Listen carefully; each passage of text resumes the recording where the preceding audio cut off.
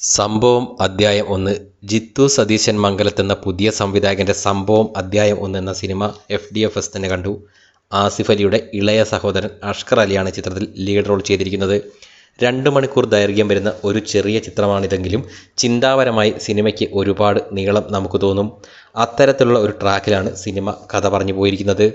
ഒരു പഴയ സംഭവം കാണിച്ചുകൊണ്ട് ആരംഭിക്കുന്ന സിനിമ പ്രസൻറ്റ് ഡേയിലേക്ക് വരുമ്പോൾ ഒരു ദിവസം ഒരു പ്രത്യേക സ്ഥലത്ത് സംഭവിക്കുന്ന കാര്യങ്ങളാണ് മെയിൻ ലെയറിൽ പറഞ്ഞിരിക്കുന്നത്.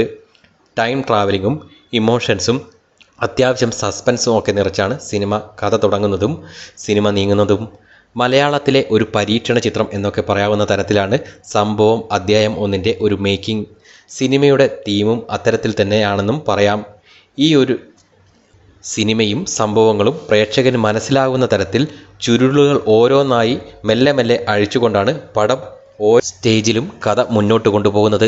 അതുകൊണ്ട് തന്നെ ഒരു ഹോംവർക്കും നല്ല എഴുത്തും സിനിമയുടെ പുറകിൽ ഉണ്ടെന്ന് മനസ്സിലാവുന്നു. പ്രേക്ഷകരെ എൻഗേജ്ഡ് ആക്കിക്കൊണ്ട് ആകാംക്ഷയിലൂടെ പോകുന്ന പടം 1-2 ഇടങ്ങളിൽ ലാഗ് ഫീൽ ചെയ്യിപ്പിച്ചെങ്കിലും രസക്കേട് തോന്നിയില്ല. സിനിമയുടെ പശ്ചാത്തല സംഗീതവും വിഷ്വൽസും പ്രത്യേക സെറ്റും ഒക്കെ തന്നെ സിനിമയുടെ കഥയ്ക്ക് കൃത്യമായി ചേരുന്ന തരത്തിലായിരുന്നു. പടത്തിലെ ആർട്ടിസ്റ്റുകൾ എല്ലാവരും തന്നെ മികച്ച പെർഫോമൻസുകൾ കാഴ്ചവെച്ചു. അഷ്കർ അലിയിലൂടെയാണ് സിനിമ മുന്നോട്ട് പോകുന്നത്.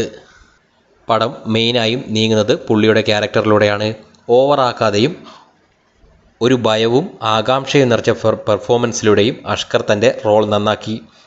പോലീസ് ഓഫീസറുടെ വേഷം വിനീത് കുമാറും ഭംഗിയായി അവതരിപ്പിച്ചു. സിദ്ധാർത്ഥ് ഭരതൻ്റെ വേഷവും ഓർമ്മിക്കത്തക്കതായിരുന്നു. പടത്തിൽ വന്നു പോകുന്ന എല്ലാവരും തന്നെ നന്നായി പെർഫോം ചെയ്തു.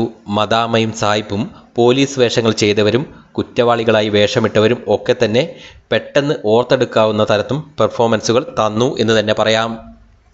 സിനിമയുടെ ഭൂരിഭാഗം ലൊക്കേഷൻസും വരുന്നത് ഒരു ഫോറസ്റ്റ് ഏരിയയിലാണ്. കാടിൻ്റെ ഒരു ഭംഗിയും ഭീതിയും ഒക്കെ തന്നെ പോകാതെ ചിത്രീകരിച്ചതായും തോന്നി. ഒരു പുതിയ സംവിധായകനാണ് സിനിമയുടെ പുറകിൽ എന്ന് തോന്നാത്ത വിധത്തിലാണ് പടം ഉണ്ടാക്കിയെടുത്തിരിക്കുന്നതും. സിനിമ തുടങ്ങുമ്പോഴുള്ള ഇൻസിഡൻറ്റിലേക്ക് കറക്റ്റ് കണക്ട് ചെയ്തുകൊണ്ടാണ് കഥയുടെ സെക്കൻഡ് ഹാഫ് പോകുന്നത്. ടൈറ്റിൽ വരുന്നതിന് മുൻപുള്ള രംഗങ്ങൾക്ക് ശേഷം പ്രേക്ഷകനെയും പടത്തിലെ ഓരോ കഥാപാത്രങ്ങളെയും ഒരു കാടിനുള്ളിൽ സംവിധായകനും കൂട്ടരും തളച്ചിടുന്ന ഫീലാണ് പിന്നീട് ഉടനീളം ഉണ്ടാക്കിയെടുത്തിരിക്കുന്നതും. അങ്ങനെ ഒരു കണക്കിലെ കളി സോൾവ് ചെയ്യുന്നത് പോലെയാണ് സംഭവം നീങ്ങുന്നത്. ഒടുവിൽ വീണ്ടും ഞെട്ടിക്കുന്ന തരം ഒരു പോയിന്റിൽ സിനിമ ഫുൾ സ്റ്റോപ്പ് ഇടുകയും ചെയ്യുന്നു. ഇൻ ഷോർട്ട്, ടൈം ട്രാവലിംഗ് ഒക്കെ ചേർത്ത് മലയാളത്തിൽ പുതുതായി പ്രസൻറ്റ് ചെയ്തിരിക്കുന്ന വെൽ സ്ക്രിപ്റ്റഡായ ഡിസിപ്ലിൻഡായി സംവിധാനം ചെയ്തിരിക്കുന്ന ത്രില്ലിങ്ങും സസ്പെൻസും ഒക്കെ വരുന്ന തരക്കേടില്ലാത്ത സിനിമയാകുന്നു സംഭവം അധ്യായം 1. ഒരു നല്ല തിയേറ്റർ എക്സ്പീരിയൻസ് ആയിരുന്നു.